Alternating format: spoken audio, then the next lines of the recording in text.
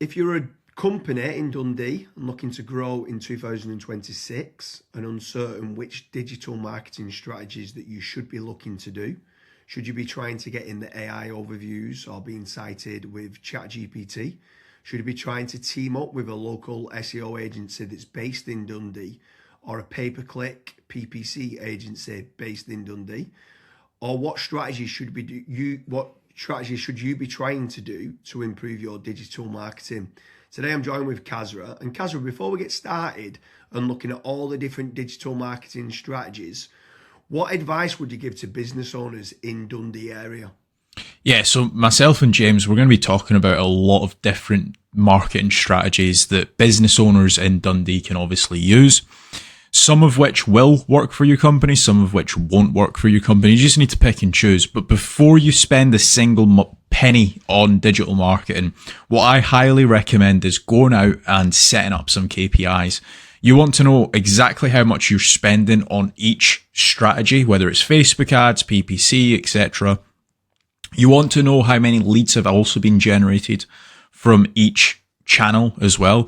You also then want to know the contact rate of those leads. So out of the 15 leads that have come from SEO or Check a Trade or Facebook ads, how many of those have actually been contactable? And from the contactable leads, how many of them have actually turned into paying customers for your Dundee-based business?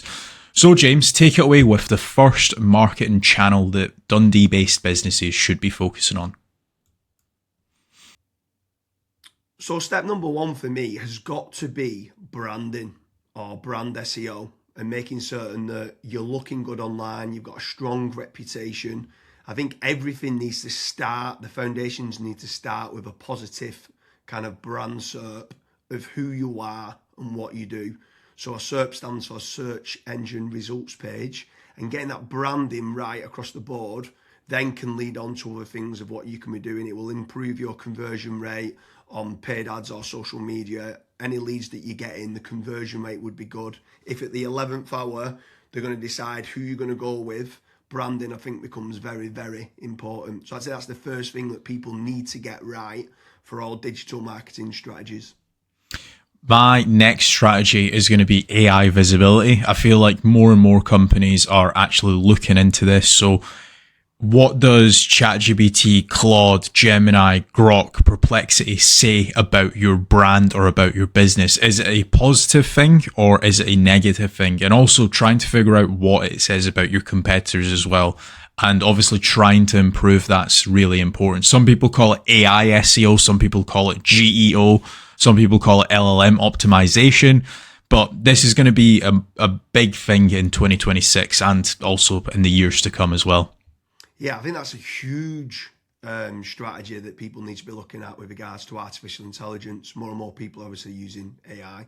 The next one for me is filling in the form at FatRank or Promo SEO, which do a commission-based lead generation service for UK companies looking to grow. I think it's important to be looking at your own digital marketing efforts to generate your own leads, but also if you can use some freelancers and outsource some as well, you've got that diversification of leads. So head on over to fatrank.com, fill in the form and see whether they can help you with a no-risk supply of inquiries. Promise you'll also do a very similar performance-based lead generation service as well that you might want to fill in the form with there, and just double check whether you can go and get a third-party lead generation company to top up and start generating you some leads for your business to grow in 2026. Yeah, and then next on the list is Google Business Profiles, so Google Map listings. This is like local SEO where you basically just try and get more reviews. You build out your Google Business Profile in your local area. Now, there's pros and cons to this. I think the biggest pro is that once it is actually ranking, you're going to be consistently generating leads. However, to get from nowhere, like let's say you do not have a Google Maps listing at all, to get it ranking to position number 1, the issue you've got with that is there might be, let's say, a 60 or 100 review deficit And to obviously get those reviews, you need leads. So it's one of those things. It's like the chicken and the egg. I for one just think it's good for personal branding or for branding of your company. So always try and get the Google Maps listing, but you should always know the pros and cons to it as well. Yeah, for certain. If you're in a local area, you want to try and get those local maps listing. For me, you need to be omni-channel and omnipresent. Yeah. I think the next part is SEO in general, so organic SEO. Can you be building up your website to try and get your website ranking better? If you are in local area, you might want to do your service with the area of where you cover. So like plumbing in Manchester, create a page for that. Hopefully then share that on the Google business profile of what you mentioned. But trying to get organic rankings, the amount of search volume that people are out there searching for different services of what you do, or it could be some blog posts that you could be doing as well. There's different strategies on there that you can be doing, but ideally you want good quality content, build up topical authority, and try and get some third-party backlinks to power up the site to get those organic SEO rankings. I think that's another big part that you need to be doing as part of your digital marketing strategies in 2026. Yeah, and then the next one, which kind of ties back to what you were saying before, James, is obviously organic social media. Now, organic social media, I think it's more of a numbers game. So try to create good content that your audience would actually view. Like I see this time and time again where I look at brands and they've just published maybe 4 or 5 posts on their Instagram profile and they've not been active for 3 years, right? That's not going to drive you sales. But if you can do how-tos, if you can do guides, maybe you can do before and afters, right? If you can do content like that, that way people will see you on socials and they will actually click to actually figure out more about you, fill in the contact form. The caveat to organic social media, yes, it's free to do. It's not like PPC, for example, but it is very much a numbers game. So you want to be consistently uploading, maybe not every day, but at least 3 or 4 times a week. Yeah, for sure. On the subject of social media, paid social ads as well is massive. I'm a massive advocate of the kind of the dollar a day strategy of what people talk about. So if you are going to be taking the time to be posting every day, like you mentioned there for organic social media, just spending a few pounds on those posts and boosting it. So getting case studies, any awards that you've won as well for reputation and starting boosting that. You can also be running retargeting ads. So if anyone's clicked through to your website, you can be running retargeting, which is paid social as well. Different places like Meta, so whether that's Facebook and Instagram, you've got Twitter, you've got YouTube, you can be running Pinterest, you can even run in places like Reddit as well for paid ads. And I think paid social media is still an untapped market for digital marketing strategies. Yeah. The next one is it's probably a love-hate relationship. It's PPC, right? Google AdWords or doing it on Bing, wherever. That's basically the sponsored results. So if you search for a service, it's above local SEO.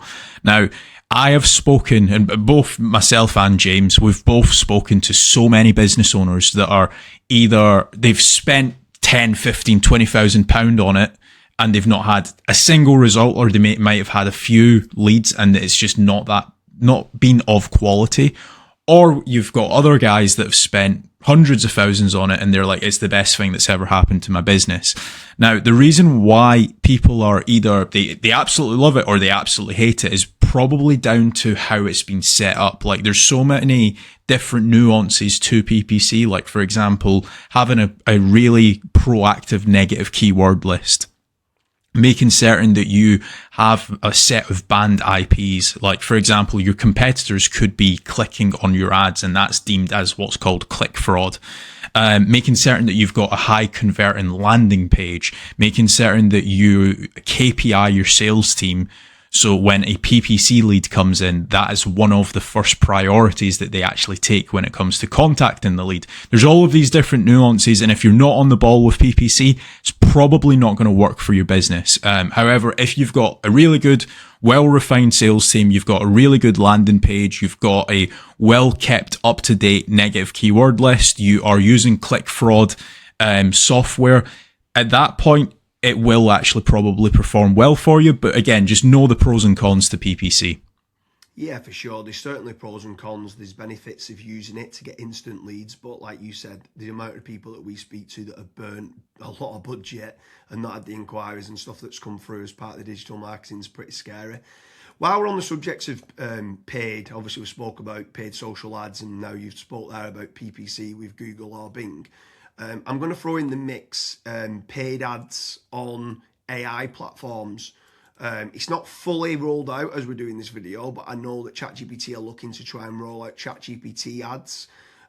Claude, Perplexity, other kind of LLMs might start rolling it out in 2026.